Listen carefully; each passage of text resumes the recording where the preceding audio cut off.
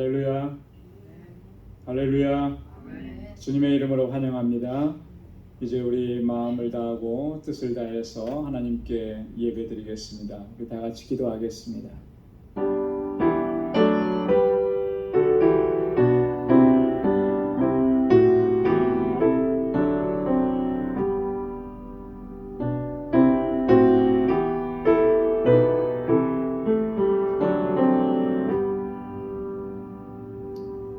여호와여, 연락하시는 때에 나는 주께 기도하오니 하나님이여, 많은 인자와 구원의 진리로 내게 응답하소서.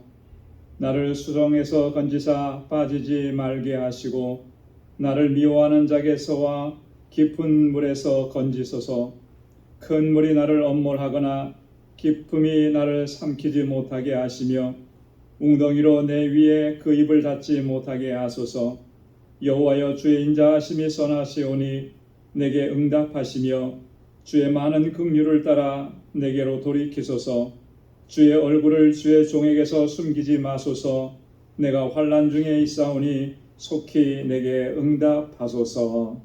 아멘. 자비하시고 은혜가 풍성하신 아버지 하나님, 오늘도 이 저녁 주님의 거룩하신 보좌 앞으로 불러주셔서 이렇게 우리 마음을 다하고 힘을 다하여 하나님을 찬양하고 예배하고 주님께 경배하게 하시니 감사합니다.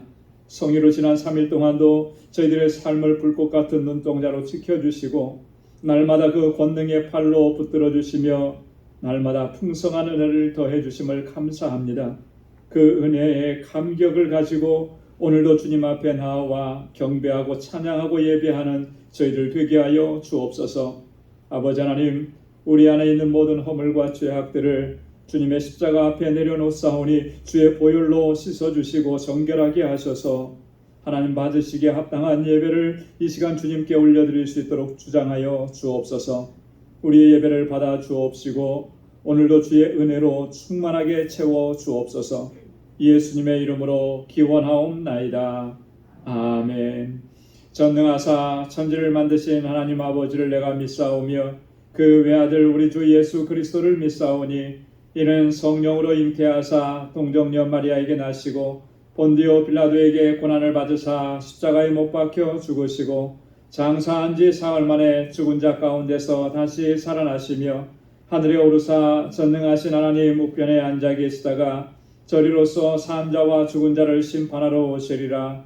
성령을 믿사오며 거룩한 공예와 성도가 서로 교통하는 것과 죄를 사하여 주시는 것과 몸이 다시 사는 것과 영원히 사는 것을 믿사옵나이다.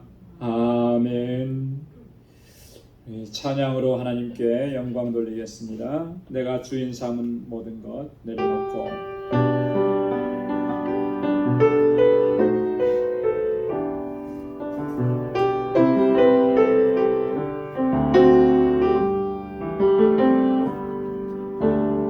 주인 삼은 모든 것 내려놓고 내 주 대신 주 앞에 나가 내가 사랑했던 모든 것 내려놓고 주님만 사랑해. 내가 주인 삼은 모든 것 내려놓고 내 주 대신 주 앞에 나가 내가 사랑했던 모든 것 내려놓고 주님만 사랑해. 내가 주인 삼은 모든 것 내려놓고 내 주 대신 주 앞에 나가 내가 사랑했던 모든 것 내려놓고 주님만 사랑해. 그 사랑 거친 풍랑에도 바다처럼 나를 잠잠케 해 주사랑 내 영혼의 반석 그 사랑 위에 서리 주사랑 거친 풍랑에도 깊은 바다처럼 나를 잠잠케 해 주사랑 내 영혼의 반석 그 사랑 위에 서리. 아멘. 늘 주님의 사랑 안에서 행하는 우리 모두 되기를 소망합니다. 빈들의 마른 불같이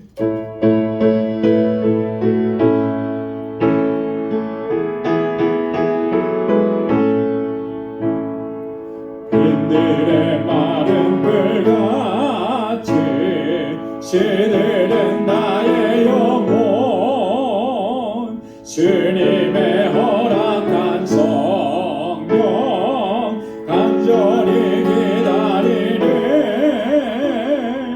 가물음에 마른 땅에 단비를 내리시네 성령의 단비를 부어 새 생명 주옵소서 반가운 빗소리 들려 산천이 춤을 추네 봄비로 내리는 성령 내게도 주옵소서 가물음에 마른 땅에 단비를 내리시듯 성령의 단비를 부어 새 생명 주옵소서 절 따라 우로를 내려 조목이 무성하니 갈급한 내 심령 위에 성령을 부소서 가물음에 마른 땅에 단비를 내리시는 성령의 단비를 부어 새 생명 주옵소서 참되신 사랑의 언약 어길 수 있사오랴 오늘의 흡족한 은혜 주실 줄 믿습니다 가물음에 마른 땅에 단비를 내리시는 성령의 단비를 부어 새 생명 주옵소서 참되신 사랑의 언약 어길 수 있사오랴 오늘의 흡족한 은혜 주실 줄 믿습니다 가물음에 마른 땅에 단비를 내리시는 성령의 단비를 부어 새 생명 주옵소서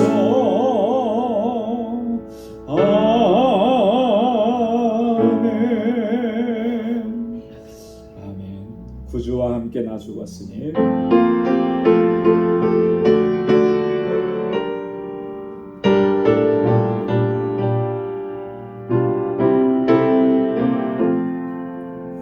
구주와 함께 나 죽었으니 구주와 함께 나 살았도다 영광의 기약이 이르도록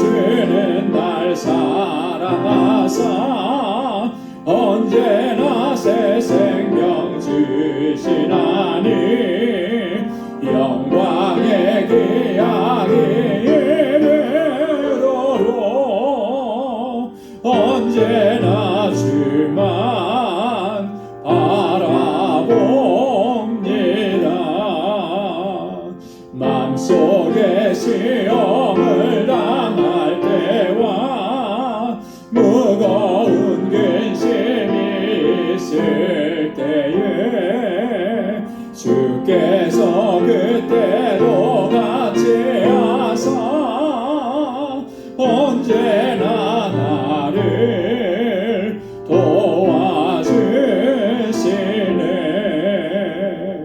언제나 주는 날 사랑하사 언제나 새 생명 주시나니 영광의 기약이 이르도록 언제나 주만 바라봅니다.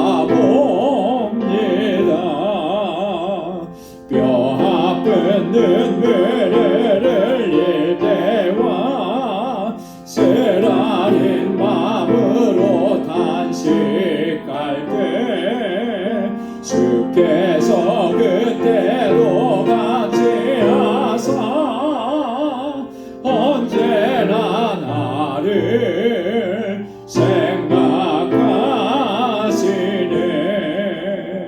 언제나 주는 날 사랑하사 언제나 새 생명 주시나니 영광의 기약이 이르도록 언제나 주만 바라봅니다. 내 몸의 약함을 아시는 주 못 고칠 질병이 아주 없네. 괴로운 날이나 기쁜 때나 언제나 나와 함께 계시네. 언제나 주는 날 사랑하사 언제나 새 생명 주시나니 영광의 기약이 이르도록 언제나 주만 바라봅니다. 언제나 주는 날 사랑하사 언제나 새 생명 주시나니 영광의 기약이 이르도록 언제나 주만 바라봅니다.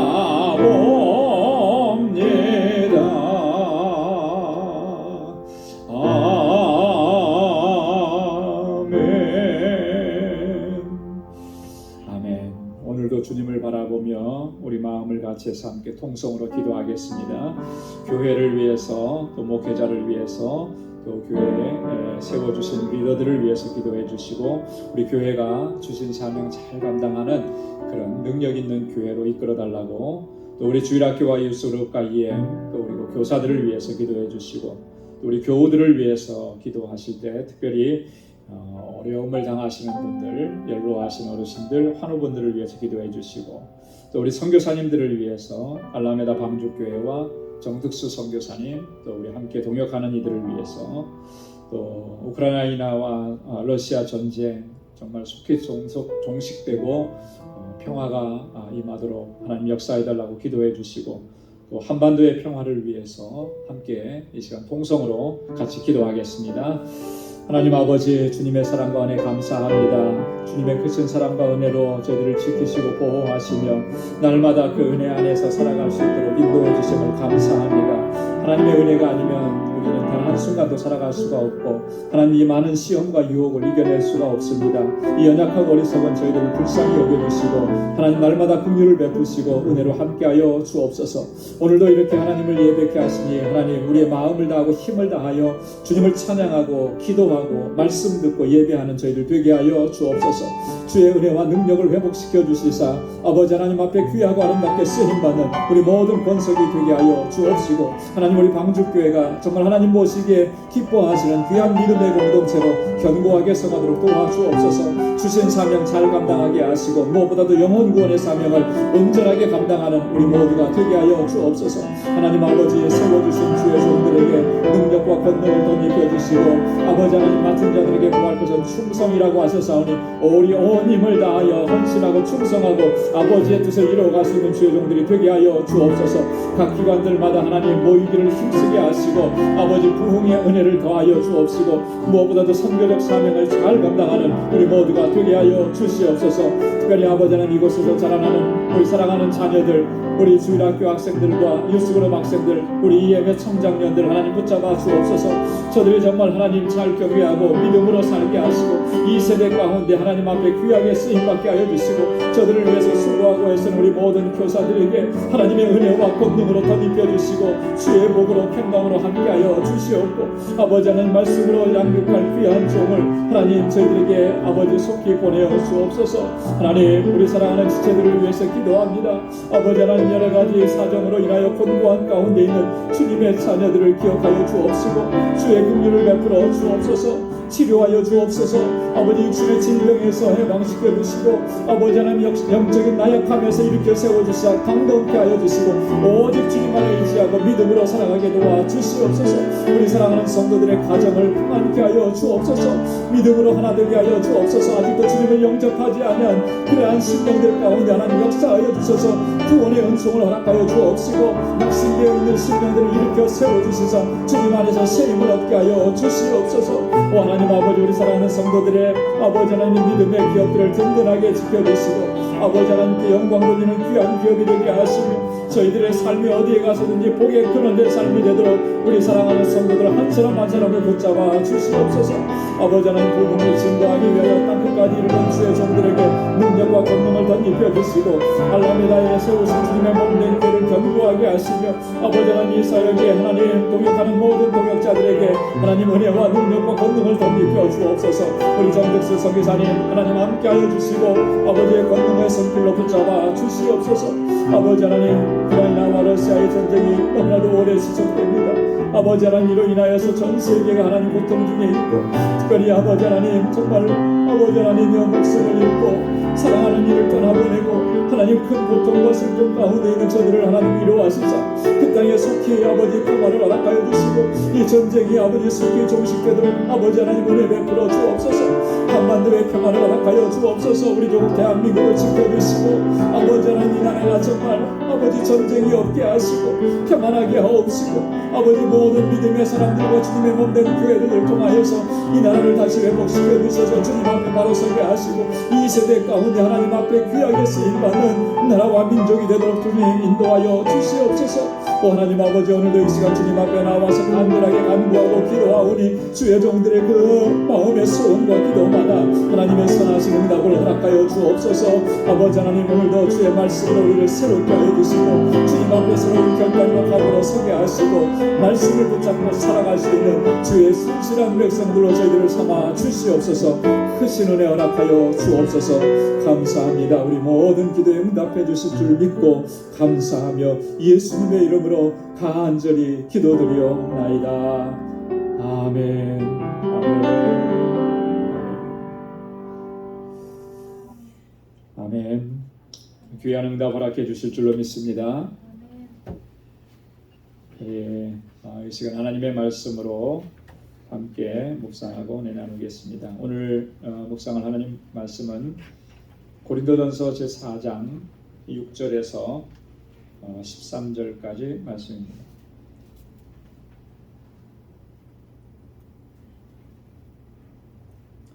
고린도전서 제4장 6절에서부터 우리 한 절씩 교독하겠습니다. 형제들아, 내가 너희를 위하여 이 일에 나와 아볼로를 가지고 본을 보였으니 이는 너희로 하여금 기록한 말씀 밖에 넘어가지 말라 한 것을 우리에게서 배워 서로 대적하여 교만한 마음을 먹지 말게 하려 함이라.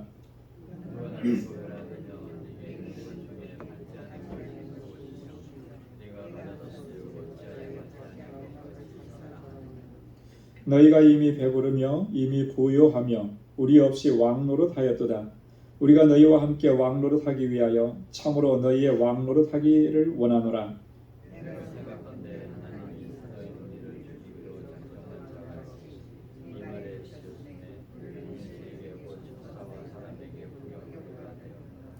우리는 그리스도의 연고로 미련하되 너희는 그리스도 안에서 지혜롭고 우리는 약하되 너희는 강하고 너희는 존귀하되 우리는 비천하여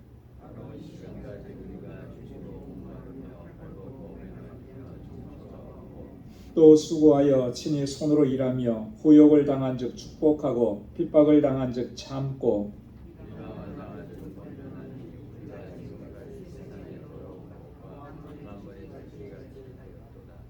아멘. 할렐루야. 오늘은 지난주에 이어서 6절부터 13절까지 말씀인데요. 우리가 지난주에는 1절부터 5절까지 말씀에서 사도 바울이 우리는 그리스도의 일꾼이요 하나님의 비밀을 맡은 자들이다 이렇게 선언한 내용을 우리가 살펴봤습니다. 그리고 맡은 자들에게 구할 것은 충성이라 이렇게 권고를 했죠.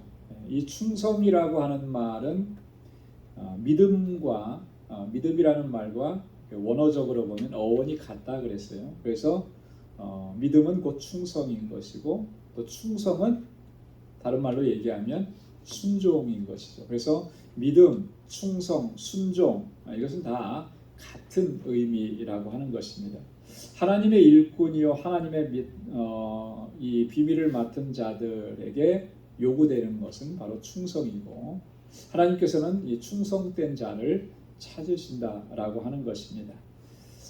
그러면서 바울이 그 고린도 교회의 고질적인 문제, 아주 심각한 병폐, 교회를 위험하게 만드는 그런 일들, 서로 비판하고 정죄하고 판단하는 일 절대 그렇게 하지 말라. 우리를 판단하실 분은 오직 주님 한 분뿐이시다라고 하는 것을 강조하면서 이야기했습니다. 자, 그러면서 오늘 이 본문에서 보면은 이 고린도 교회 성도들의 또 다른 병폐적인 문제 이것을 가지고 또 바울이 책망하고 또 이후에는 하나님께서 자신들을 사용하시는 그런 일들을 가지고 권고하는 이런 내용입니다. 자, 그래서 두 부분으로 나눠 볼 수가 있는데요. 6절부터 8절까지는 고린도 교회 성도들의 교만에 대한 책망입니다. 교회가 분쟁하고 또 이렇게 분파가 일어나게 된 또 다른 주요한 요인이 뭐냐면 이것은 교만이라고 하는 거예요. 교만. 그러면 겸손하면 서로를 배려하고 또 이해하고 양보하고 그럴 텐데 그러면은 이게 분쟁이 일어날 수가 없는 거죠. 그런데 다들 마음이 높은 거예요. 교만해진 거예요. 그러다 보니까 나의 지위, 나의 위치, 내가 최고라고 생각하는데 그것을 빼앗기고 싶지 않은 거죠. 그러다 보니까 자꾸 다툼이 일어나고 싸움이 일어나고 분쟁이 일어나고 이런 것에 대해서 바울이 책망하는 것입니다. 자, 그리고 9절부터 13절까지는 하나님께서 어떻게 우리를 사용하시고 어떻게 역사하시느냐 이걸 얘기해요. 사도들을 죽이기로 작정한 자 같이 미말에 두셨다 그랬거든요. 미말에 두셨다. 가장 낮고 천한 곳에 두셨다. 그렇게 하신 하나님의 섭리가 뭐겠느냐라고 하는 것을 바울이 여기서 이야기하는 것입니다. 자, 그러면 우리가 본문을 한 절씩 차례로 살펴보도록 하겠습니다. 먼저 첫 번째 부분이 고린도 교회 성도들의 교만에 대한 책망인데요. 6절부터 8절까지. 자, 6절에 보면 바울과 아볼로가 본을 보였다 이렇게 얘기하잖아요. 우리 한번 같이 읽어볼까요? 시작. 형제들아, 내가 너희를 위하여 이 일에 나와 아볼로를 가지고 본을 보였으니 이는 너희로 하여금 기록한 말씀 밖에 넘어가지 말라 한 것을 우리에게 배워 서로 대적하여 교만한 마음을 먹지 말게 하려 함이라. 아멘. 내가 너희를 위하여 이 일에 나와 아볼로를 가지고 본을 보였다. 자, 여기서 이 일이라고 하는 게 어떤 일이겠습니까? 이 일에 이제 고린도 교회를 섬기는 이 일이에요, 그죠? 네. 교회를 섬기는 이 일에 본을 보였다라고 하는 거예요. 너희는 지금 교회 안에서 이렇게 분쟁하고 다투고 싸우고 시기하고 질투하는데 그렇게 하지 말아야 된다는 거죠. 우리가 보인 본이 이 본을 따라서 너희가 교회를 섬겨야 된다. 이것을 이야기하는 거예요. 자, 이렇게 본을 보인 이유는 크게 두 가지 이유인데 너희로 하여금 기록한 말씀 밖에 넘어가지 말라. 하나님께서 우리에게 주신 그 말씀 그리고 내가 너희에게 권고한 그 하나님의 말씀들 밖으로 넘어가지 말라라고 하는 것이죠. 한마디로 말해서 하나님의 말씀 안에서 행하라 이런 이야기인 것입니다. 나와 아볼로를 가지고 본을 보였다 그랬는데요. 그 본을 보인 내용들이 3장과 4장의 초반에 걸쳐서 계속 나왔단 말이죠. 그런 내용들이에요. 자, 이런 것은 다 하나님의 말씀에 근거해서 이렇게 본을 보인 것인데 너희가 그 말씀 밖으로 넘어가면 안 된다. 여기 1장부터 쭉 보면요. 바울이 자기 얘기를 하는 게 아니었어요. 중간중간에 보면 이 기록된 바라고 쓰여진 부분이 있습니다. 그럼 자세하게 읽어보면 그런데요. 1장 19절에 보면 기록된 바 내가 지혜 있는 자들의 지혜를 멸하고 총명한 자들의 총명을 폐하리라. 이 바울이 자신의 얘기를 하는 것이 아니라 성경에 기록된 얘기를 하는 거예요. 1장 31절에도 보면 기록된 바 자랑하는 자는 주 안에서 자랑하라 함과 같게 하려 함이라. 자랑하려고 하면 너희가 그렇게 자랑하고 싶다면 주 안에서 자랑하라. 주님의 은혜만을 자랑하고 주님께서 행하신 일만을 자랑하라라고 하는 거죠. 이 말씀도 기록된 바예요. 기록된 바. 3장 19절에도 보면 기록된 바 지혜 있는 자들로 하여금 자기 괴일에 빠지게 하시느니라 하였고 스스로 지혜 있다고 하는 사람들은 자기 괴일 속에 빠져들어가게끔 되어 있다. 그게 원리라는 거예요. 하나님께서 이미 경고하셨다라고 하는 거죠.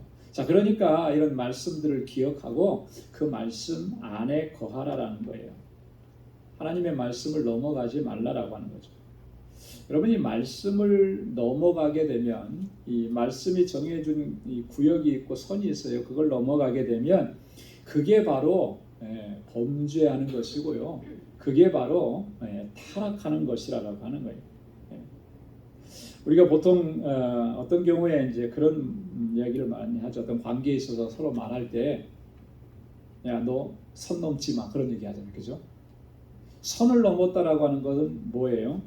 선을 넘었다라고 하는 것은 내가 있어야 할 자리, 내가 해야 될 도리, 이것을 넘어서 버렸다라고 하는 거죠. 그래서 이것은 굉장히 부정적인 의미를 가지고 있는 거예요. 어떤 측면에서 보면 굉장히 무례하고 그리고 공격적이고 이렇게 된다라고 하는 거죠. 또 법을 어겼다라고 하는 불법적이다라고 하는 그런 의미예요. 하나님의 말씀을 넘어서면 다 그렇게 될 수밖에 없고 그 결과는 하나님의 진노와 심판밖에 없다라고 하는 거예요. 우리가 신앙생활 하면서 또 우리가 정말 어떤 직분을 감당하면서 항상 명심해야 되는 것이 하나님의 말씀입니다. 하나님의 말씀이 우리에게 어떻게 말씀해 주셨는지 그것을 늘 묵상하고 그 말씀을 마음에 새기고 말씀을 넘어가지 않도록 주님의 명령과 규례와 법들을 넘어서지 않도록 항상 경계하고 조심해야 하는 것입니다. 그래야만 끝까지 충성스러운 종으로 하나님께서 맡겨주신 일들을 감당하고 하나님께 영광 돌릴 수가 있다라고 하는 거예요. 그래서 기록한 말씀 밖으로 너희가 넘어가지 말게 하기 위해서 이렇게 우리가 본을 보였다 바울이 얘기하는 거예요. 자, 두 번째로는 어떤 거냐면 서로 대적하여 교만한 마음을 먹지 말게 하려 함이라. 서로가 서로를 대적하고 고린도 교회가 지금 최소한 4개의 분파로 나누어져 있으니까 이 서로의 분파들은 어떻겠습니까? 서로가 서로를 대적하는 거예요. 대적하는 거예요. 교회가 이렇게 나누어지면요, 어떠한 일도 할 수가 없어요. 어떠한 일도. 뭐 다른 교회 얘기를 하는 것 같아서 참 이렇게 죄송한 마음인데, 어떤 교회는 보니까 교회가 이렇게 정말 극명하게 이렇게 나누어져 가지고 새로운 목회자를 청빙을 하는데 청빙이 안 된다는 거예요. 왜 안 되겠습니까? 한 그룹에서 추천해 가지고 한 그룹에서 지지하면 다른 두 그룹이 반대하는 거예요. 추월하고 반대하는 거예요. 뭐 그러니까 아무리 좋은 분을 모셔와도 안 되는 거예요. 그러니까 얼마나 힘들고 교회가 어려워지겠습니까? 그리고 교회 성도들은 얼마나 서로 고통을 당하고, 정말 이게 너무나 안타까운 일이 아니겠어요? 이런 일들이 결코 일어나서는 안 된다라고 하는 거죠. 서로 대적하는 일이, 우리가 그리스도 안에서 한 형제고 한 가족인데 왜 대적해야 되는 겁니까? 우리가 대적해야 될 존재들은 따로 있어요. 우리에게 당한 이 영적 전쟁에서 승리하기 위해서 악한 사탄 마귀와 대적을 해야 되는 거죠. 왜 믿음의 사람들이 서로 대적을 하느냐는 거죠. 결코 이런 일은 있어서는 안 된다는 거죠. 이렇게 서로 대적해서 서로에게 교만한 마음을 갖지 않도록 하기 위해서 바울이 이렇게 우리가 본을 보이면서 너에게 권한다고 이렇게 얘기하는 것입니다. 여러분, 우리가 가장 경계해야 될 태도는 바로 이런 교만한 마음이에요. 우리의 마음이 높아지지 않도록 하나님께서 이것을 가장 악하게 여기시는 것입니다. 그래서 성경은 우리에게 반복해서 우리에게 경고하고 또 경고하는 것이죠. 잠언 16장 18절에 교만은 패망의 선봉이고 거만한 마음은 넘어짐의 앞잡이라는 거예요. 반드시 그렇게 됩니다. 반드시. 교만한 마음, 높아진 마음은 반드시 그렇게 돼요. 왜요? 하나님께서 꺾으시기 때문에 그런 것입니다. 하나님께서 은혜를 베풀어 주시지 않아요. 야고보서 4장 6절에 보니까 하나님은 교만한 자를 물리치시고 겸손한 자에게 은혜를 주신다. 여러분, 하나님은 은혜 주시는 원칙이 아주 분명하신 거예요. 우리의 마음이 조금이라도 높아지면 하나님의 은혜를 담을 수가 없는 거예요. 하나님은 항상 겸손한 자에게 은혜를 주시는 거예요. 여러분, 이거 잊지 말고 늘 겸비한 우리의 마음 자세를 유지하도록 늘 힘쓸 수 있는 저와 여러분들 될 수 있기를 주님의 이름으로 축원합니다.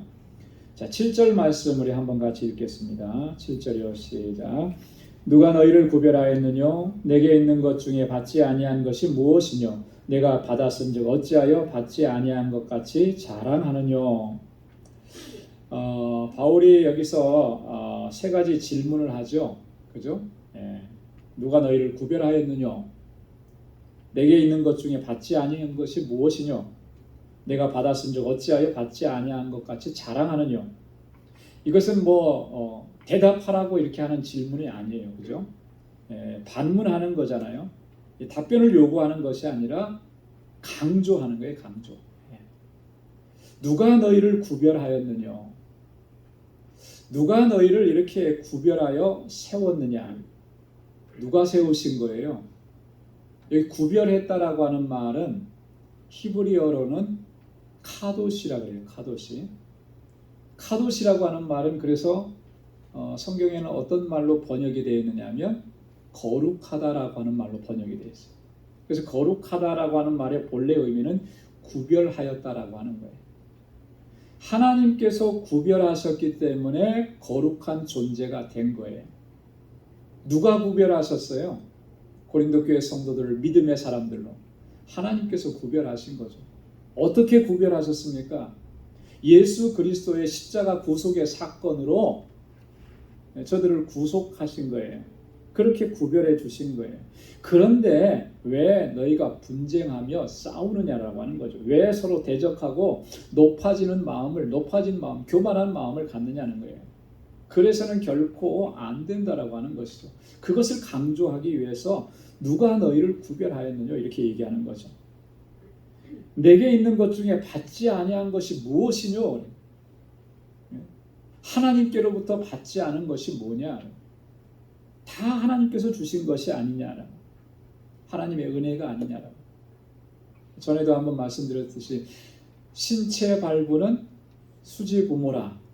우리의 모든 몸은 육신은 부모님이 주신 것이다. 옛날 선인들은 그렇게 얘기했는데요. 하나님을 모르니까 그렇게 얘기했겠죠. 그죠? 하나님을 아는 우리는 뭐라고 얘기해야 돼요? 하나님께서 주셨다고 우리가 고백을 하잖아요. 그죠? 내가 지금 이렇게 누리고 있는 거, 내가 지금 나에게 속한 이 모든 것 하나도 빠짐없이 다 하나님께서 주신 거예요. 내 몸뿐만 아니라 내가 살아가는 이 삶의 현장, 환경, 이 모든 것 다 살아갈 수 있게 하신 거, 이거 다 하나님께서 주신 거예요. 자, 그런데 너희가 어떻게 그렇게 교만하게 행할 수 있고 너희가 스스로를 자랑하느냐라고 하는 거죠. 내가 받았은즉 어찌하여 받지 않은 것 같이 자랑하느냐. 마치 그것이 내가 본래부터 가지고 있었던 내 소유인 것처럼 그렇게 자랑하느냐라고 하는 거예요. 그럴 수 없다라고 하는 거죠. 여러분, 내 것이 아닌 것을 우리는 자랑할 수 없죠. 그죠? 여러분, 옆집에 아주 부자로 사는데 그거 내가 막 내 것인 것처럼 자랑합니까? 그러면 그 사람 좀 이상한 사람으로, 사람들이 정신 나간 사람으로 이렇게 보겠죠. 우리가 그런 모습을 가지고 있지 않느냐라고 하는 거예요. 다 하나님께서 주신 것인데. 여러분, 이 모든 것이 하나님의 은혜고 모든 것이 다 하나님께서 주신 것이라는 사실을 분명하게 인식하는 사람은요, 결단코 자기를 자랑할 수가 없어요. 오직 하나님만 자랑할 뿐이죠. 그런 은혜를 주신 하나님, 그죠?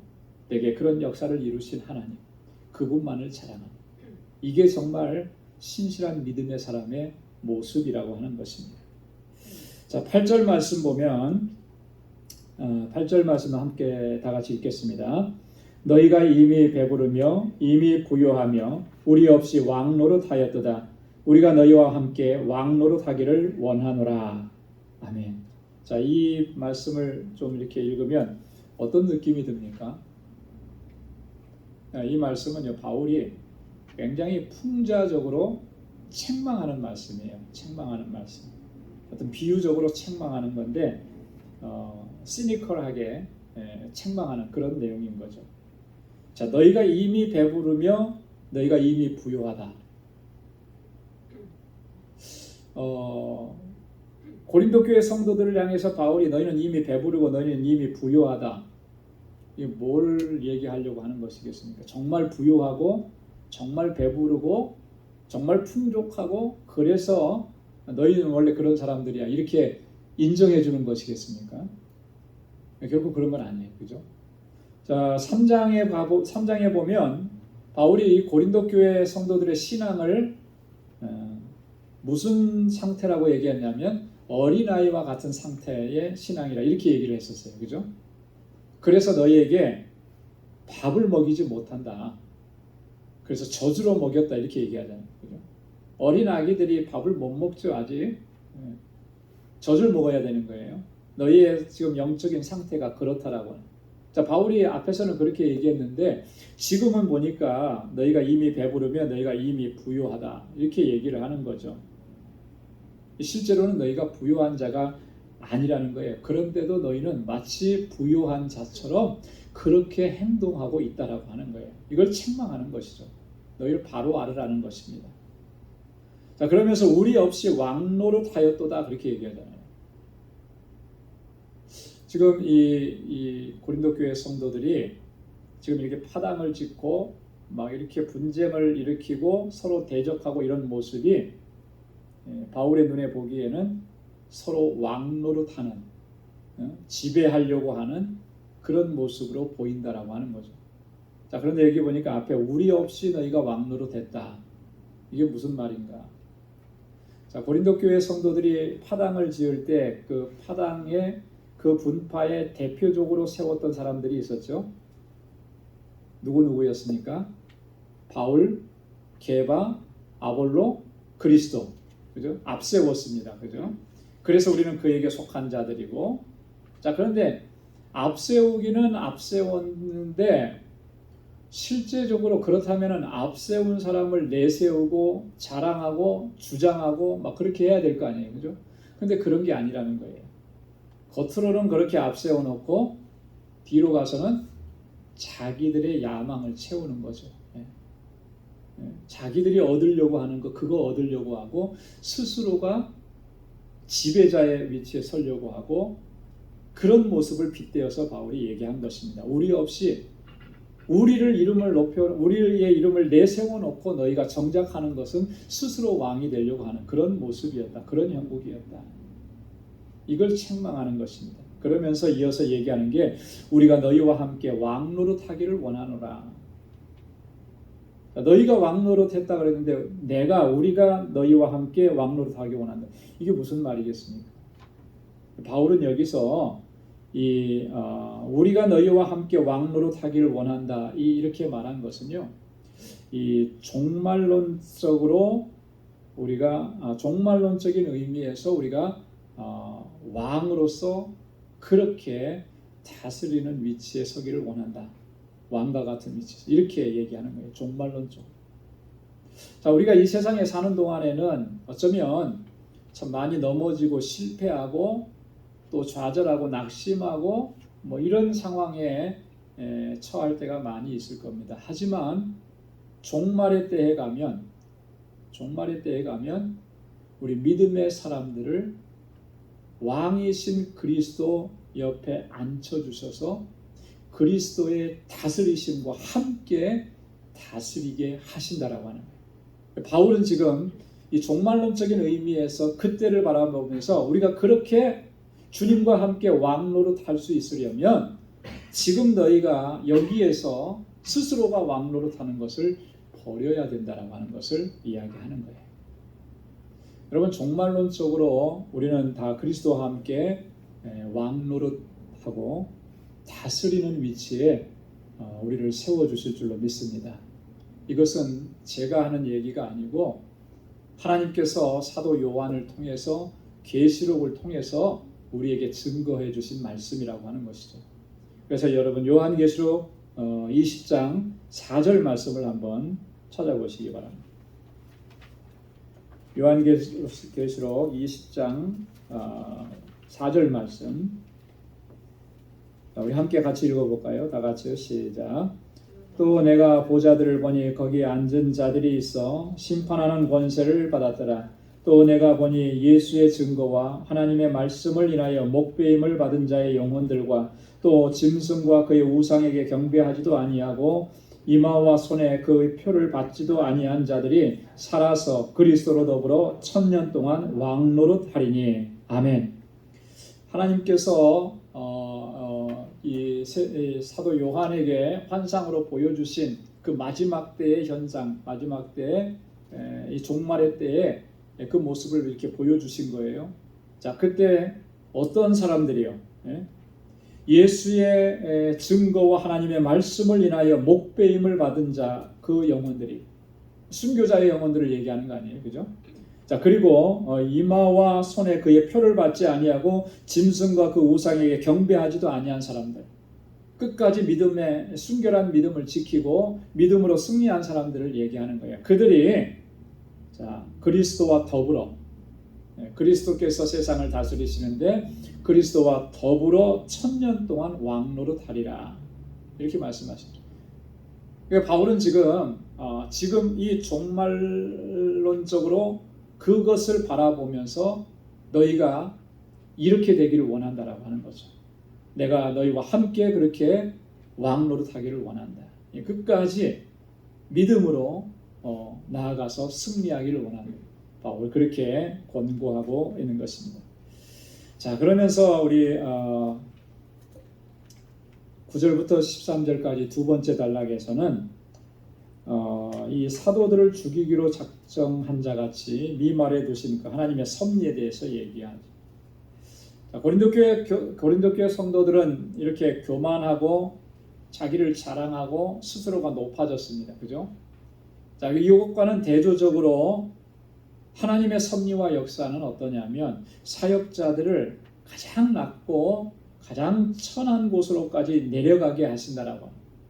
그래서 그곳에서 겸손하게 섬기게 하신다라고 하는 거예요. 바울은 자신과 함께하는 동역자들의 그 예를 들어서 이 사실을 하나님의 이 놀라우신 섭리와 역사를 증거하고 있는 것이 본문의 말씀입니다. 그래서 자 9절의 말씀에 우리 9절 말씀 한번 같이 읽겠습니다. 내가 생각건대 하나님이 사도인 우리를 죽이기로 작정한 자같이 미말에 두셨음에 우리는 세계 곧 천사와 사람에게 구경거리가 되었노라. 자, 죽이기로 작정한 자같이. 이거 얼마나 참 끔찍하고 또 서글픕니까? 그죠? 이미 죽이기로 작정된 사람처럼. 바울은 지금 이 장면을 이야기하면서 어떤 그림을 가지고 이야기를 하느냐면요. 우리가 영화를 통해서 좀 많이 아마 봤을 겁니다. 한두 번쯤은. 고대 로마 시대의 영화들을 보면 배너에도 그게 나왔는데 원형 경기장 같은 게 있어요. 그죠?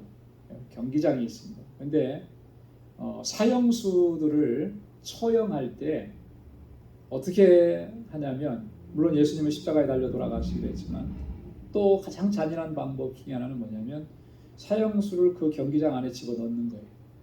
그리고 며칠 동안 굶주린 맹수, 사자 같은 걸 풀어놓는 거예요. 그런데 그걸 그렇게 해놓고 그냥 하냐면 그게 아니고 그 경기장 밖에는 그 스탠드에는 사람들이 구경하느라고 많이 들어와 있는 거죠. 잔인하게 그걸 구경하면서 환호하고 또 죄수를 무사와 싸우게 하는 거예요. 그래서 베너도 그때 싸움을 하잖아요. 그렇게 해서 죽어가는 모습을 보면서 환호하게만 마치 그런 모습처럼 그렇게 우리가 그렇게 놓여 있다라고 하는 거죠. 이게 죽이기로 작정한 자같이라고 하는 말의 의미라고 하는 것입니다. 구경거리가 되었다 그러죠. 구경거리가. 사자굴 속에 던져졌던 다니엘의 모습과 같은 그런 모습으로 하나님께서 그렇게 우리를 미말에 두셨다. 미말. 그럼 미말이라고 하는 것은 에스카토스라고 해요. 헬라어로 가장 비천하고 가장 보잘것없는 그런 위치에 가장 비참한 위치에 내려놓으셨다. 바울은 또 한 번 이걸 강조합니다. 13절 끝에 보면 세상의 더러운 것과 만물의 찢기같이 되게. 하나님께서 왜 그렇게 하셨을까? 하나님의 종이라면 하나님의 복음을 전하는 것이고 하나님의 사명을 감당하는 것인데 왜 그렇게까지 하나님께서 그렇게 하셨을까? 그렇게 하셔야만 됐을까? 참 궁금하지 않습니까? 왜 그렇게 하셔야만 했을까? 그건 좀 이따가 한번 더 살펴보도록 하겠습니다. 어쨌든 간에 바울은 지금 그 얘기를 하는 거예요. 우리가 이렇게 세상에 구경거리가 되고 마치 죽임을 당하기로 작정된 사람처럼 그렇게 미말에 놓이게 되었다. 이건 하나님의 섭리고 하나님의 경륜이라고 하는 거예요. 하나님 그렇게 사용하신다라고 하는 거예요. 자, 그러면서 10절에 우리는 그리스도의 영고로 미련하되 너희는 그리스도 안에서 지혜롭고 우리는 약하되 너희는 강하고 너희는 존귀하되 우리는 비천하다. 삼중적으로 세 번에 걸쳐서 바울이 지금 풍자하는 내용입니다. 자, 우리는 그리스도로 미련하지만 너희는 그리스도 안에서 지혜롭다. 뭔 말을 하는 것이겠습니까? 바울이 정말 미련해서 미련해졌다 이렇게 얘기하는 것이겠습니까? 아니죠. 세상에 대해서는 미련하지만 그리스도 안에서는 지혜롭고 부요한 자인 거죠. 너희가 지혜롭다고 자랑하는 거 다 그게 어디서 온 거냐면 그리스도 안에 있을 때 그렇게 된다라고 하는 거예요. 그러니까 너희는 그리스도 안에 거해야 한다라고 하는 것이죠. 정말 고린도 교회 성도들이 지혜로웠다면, 그죠? 그리스도 안에서 지혜가 있게 하시는 그런 은혜를 누린다면은 그들이 그렇게 행동할 리가 없다라고 하는 거예요. 그들은 여전히 육신의 일을 쫓고 시기와 분쟁이 그들 가운데 있었기 때문에 정말 그들이 지혜롭다고 말할 수 있겠느냐? 그럴 수 없다라고 하는 거죠. 우리는 약하되 너희는 강하다 그랬습니다. 바울이 자신을 가리켜서 약하다라고 하는 말 무슨 의미로 사용한 것이겠습니까? 세상적인 관점으로 볼 때는 약해 보이는 거예요. 왜 약해 보이죠? 복음을 증거하고 예수 그리스도를 증거하다가 어떻게 됐습니까? 핍박을 당하고 박해를 당하고 고난을 당하고 예? 이런 모습을 보면 참 어떻게 사람이 저렇게 미련스러울까? 약해 보이잖아요, 그죠? 박해를 당하면서도 거기에 뭐 대항하고 투쟁하지 않고, 뭐 요즘에는 뭐 그리스도인들도 막 투쟁하고 막 이렇게 막 나가고 그러는데 주님께서 주시는 방법은 아닌 거예요, 그죠? 예. 주님이 십자가에 달려 돌아가실 때 로마 군병들하고 싸우셨습니까? 안 싸우셨어요? 말씀 한마디면은 그들을 다 물리칠 수도 있었지만 그렇게 안 했어요. 하나님께서 생명을 주시는 원칙은 그런 방법을 사용하시는 게 아니라는 거죠. 이사야 53장에서 메시아의 순환을 노래했던 이사야의 그 노래처럼 이 땅에서 정말 고난당하고 찢김을 당하고 상처 입고 그런 모습으로 인류를 죄인을 구원하게 하신 것이 하나님의 작정이고 하나님의 계획이었다라고 하는 거죠. 그래서 주님은 하나님의 계획에 전적으로 순종하신 거예요. 자, 그렇다면 오늘 우리도 마찬가지여야 되지 않겠느냐라고 하는 거예요. 바울은 그래서 주님께서 걸어가셨던 것처럼 그렇게 복음을 친 거예요. 누가 때리면 맞고 옥에 가두면 갇히고 억울하다고 주장하지 않고, 자, 그런 모습이 세상적으로 볼 때는 너무나 약해 보이는 거죠. 바울이 그거 얘기하는 거예요. 너희는 강하다라고 했는데 이 강하다라고 하는 말은요, 스스로 자랑하고 스스로 높여서 마치 세상에서 너희가 강한 자처럼 보인다라고 하는 거예요. 하지만 정말 강하냐? 정말 강하냐? 그렇지 않다라고 하는 거예요. 믿음이 강하고 성숙한 사람이었다면 과연 너희 가운데 다른 사람을 정죄하고 비판하고 판단하고 그렇게 너희 스스로를 자랑하고 이런 일이 있을 수 있었겠느냐? 결코 그러지 못하다.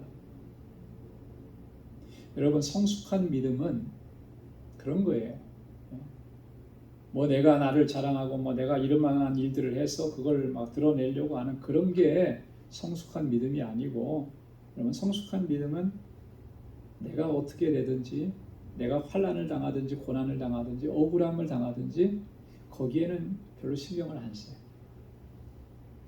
억울함을 당한 사람을 위로하고 격려하고 다른 사람을 배려하고 또 이끌어주는 것입니다. 비록 내가 손해를 보더라도 다른 사람의 유익을 위해서 나를 희생하는 것, 그게 정말 성숙한 믿음인 거죠. 그 사람이 진짜 강한 사람인 거예요. 그 사람이 진짜 강한 사람. 여러분, 기독교의 진리는, 성경의 진리는 항상 역설적이라 그랬잖아요. 그 세상이 바라보는 관점하고는 완전히 반대인 것이죠. 세상에서 강하다라고 사람들이 추앙하고 바라보고 부러워하는 모습은 그리스도인들에게는 없어요. 그렇기 때문에 세상 사람들이 신실하게 믿음으로 살아가는 사람을 보면 참 어리석다고 얘기하는 거죠. 그러나 그게 결코 어리석은 게 아니에요. 여러분, 사도 바울을 어리석다고 얘기합니까? 누가? 가장 위대한 사도라고 얘기하잖아요. 우리 믿음의 사람들은. 왜요? 그가 진짜 강한 사람이었기 때문에. 너희는 존귀하되 우리는 비천하다. 그렇죠. 우리는 비천에 처해졌죠. 그러나 비천한 게 아니라고 하는 거예요. 그죠? 하나님은 그 자리에서 은혜를 베푸시고 능력을 베푸시고 그를 사용하시고, 바울은 이미 그것을 경험을 했잖아요. 그리고 그가 고백한 것이 성경에 기록되어 있지 않습니까? 고린도후서 12장 9절에 내게 이르시기를 내 은혜가 내게 족하도다. 이는 내 능력이 약한 데서 온전하여짐이라. 할렐루야. 약한 데서 뭐가 온전해지는 거예요? 하나님의 능력이 온전해지는 거예요. 내 능력이 온전해지는 게 아니고, 내 능력이라는 게 내가 뭐 얼마나 되겠습니까? 그게 별거 아니잖아요. 그죠? 뭘 자랑할 수 있겠어요? 내 능력 가지고 하려고 하면 항상 한계에 부딪히는 거예요. 나는 연약하지만 그 연약한 가운데서 능력으로 역사하시는 하나님의 능력을 의지하면 한계가 없습니다. 하나님의 능력에 한계가 있나요? 없죠. 그렇게 우리를 사용하시는 거예요. 바울은 그것을 경험했고 그것을 고백하고 이렇게 우리에게 증거해 줍니다. 여러분, 약한 데서 하나님의 능력이 강하고 온전하여진다는 사실, 이 진리만을 붙잡고 나가면 우리가 결코 낙심하거나 좌절하지 않고 늘 승리의 삶을 살게 될 줄로 믿습니다. 자, 그 다음에 이제 11절부터 13절까지 바울이 결론적으로 바로 이 시간까지 우리가 어떻게 하나님 앞에 쓰임 받았느냐라고 하는 것을 이야기하는 거예요. 우리 다 함께 같이 한 번 더 읽어보겠습니다. 바로 이 시간까지 우리가 줄이고 목마르며 헐벗고 메맞으며 정처가 없고 또 수고하여 친히 손으로 일하며 후욕을 당한 즉 축복하고 핍박을 당한 즉 참고 비방을 당한 즉 권면하니 우리가 지금까지 세상의 더러운 것과 만물의 찢기같이 되었도다. 여기서 바울이 정말 자신이 이 복음의 사역을 감당하면서 얼마나 많은 고난 속에서 이 복음의 사역을 감당했는지를 간접적으로 우리가 이렇게 볼 수가 있어요. 줄이고 목마르며 헐벗고 메맞으며 정처가 없고. 여러분, 이 고린도후서 11장 23절에서 26절에 보면 바울이 당한 그 고난과 핍박, 환난을 아주 구체적으로 잘 기록해 놨는데요. 한마디로 이렇게 요약을 했어요. 여기 보면은 사람의 그 가장 기본적인 욕구, 이 가장 기본적인 욕구에 결핍이 있었다는 걸, 절대적 결핍이 있었다는 걸 알 수 있죠. 사람의 기본적인 욕구, 필요한 게 뭐예요? 의식주잖아요. 거기에 절대적인 결핍이 있었던 거예요. 거기에 더해서 육체적인 고통까지 있었어요. 매맞으며 핍박을 당하고 이렇게 했다는 거예요. 자, 이런 일들이 있었지만 그럼에도 불구하고 하나님께서 주시는 능력으로 모든 사역을 감당했었다라고, 그게 하나님의 능력이라고 하는 거죠. 자, 그 다음에 수고하여 친히 손으로 일하며 후욕을 당한 즉 축복하고 핍박을 당한 즉 참고 비방을 당한 즉 권면하니. 여러분, 이 바울이 이렇게 복음의 사역을 감당했는데 여기에 보면은 아주 중요한 두 가지 원칙이 있어요. 그게 뭐냐면 첫째는 수고하여 친히 손으로 일했다. 바울의 선교 원칙이 여기에 나오죠, 그죠? 바울은 자비량 선교를 원칙으로 했습니다. 그렇게 한 이유는 성도들에게 누를 끼치지 않기 위해서. 그러나 그렇다고 해서 끝까지 이렇게 100% 자비량 선교를 견지했느냐면 그렇지 않아요. 때로는 성도들의 공급과 이런 것들을 또 받았습니다. 하지만 원칙적으로는 자비량 선교를 원칙으로 한 거예요. 자, 두 번째는요, 보면 바울은 예수 그리스도의 교훈을 철저하게 따르면서 복음을 증거했다라고 하는 거예요. 주님의 교훈을 따르면서. 여기 보면은 후욕을 당한 즉 축복하고 핍박을 당한 즉 참고 비방을 당한 즉 권면하니. 여러분, 나에게 이렇게 하는 사람들에게 어떻게 축복하고 그것을 참아내고 어떻게 그 사람을 오히려 권면할 수 있겠습니까? 불가능한 것처럼 보이잖아요. 이미 예수님께서 이 말씀을 하셨어요. 산상보훈에서. 마태복음 5장 39절에서 42절에서, 그리고 마태복음 5장 44절 45절에서. 그러면서 주님께서 이렇게 말씀하시면서 결론에 뭐라고 했냐면, 나는 너에게 이르노니 너희 원수를 사랑하며 너희를 핍박하는 자를 위하여 기도하라. 이같이 한즉 하늘에 계신 너희 아버지의 아들이 되리니. 이렇게.